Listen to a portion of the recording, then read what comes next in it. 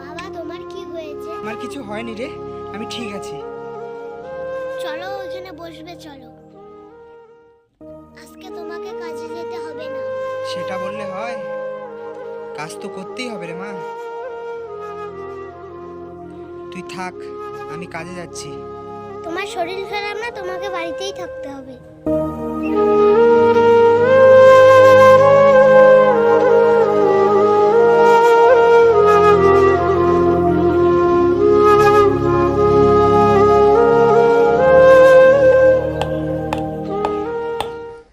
আঙ্গুলে আঙ্গুল ছুঁয়ে শেখালে